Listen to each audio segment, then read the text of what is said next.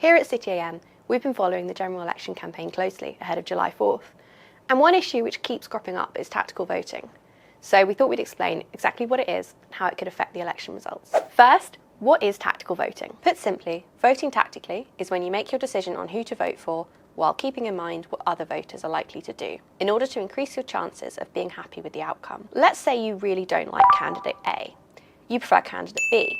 But in your area, candidate B is unlikely to win. However, you can choose to vote for candidate C in the hopes they will be able to secure enough votes to defeat candidate A. This increases the chance of you being happy with the outcome. And how could it affect the election results? In this election, a major element has been the public's increasing dissatisfaction with the Conservative government, which has been in charge for 14 years. Generally speaking, under our first-past-the-post system, most constituencies in the UK tend to elect a Labour or Conservative MP to the House of Commons. But in some areas, which traditionally vote Tory, despite the increasing frustration with the party, Labour are still unlikely to win. This has led to voters opting for the option they think could defeat them, and campaigns such as Best for Britain and Stop the Tories are encouraging this. In the southwest of England and southwest London, the Liberal Democrats are often seen as having the best chance of doing so.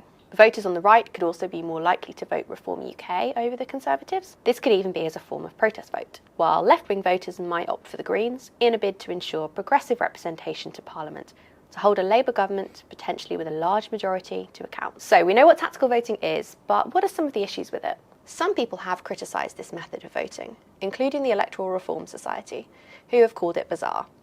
They warn tactical voting could encourage people to back candidates or parties whose policies they might not agree with, or even force voters to second-guess who might win or do well in their area. Other people think it perpetuates cynicism, and that a more proportional system would allow voters to use their hearts and not their heads when it comes to making a decision.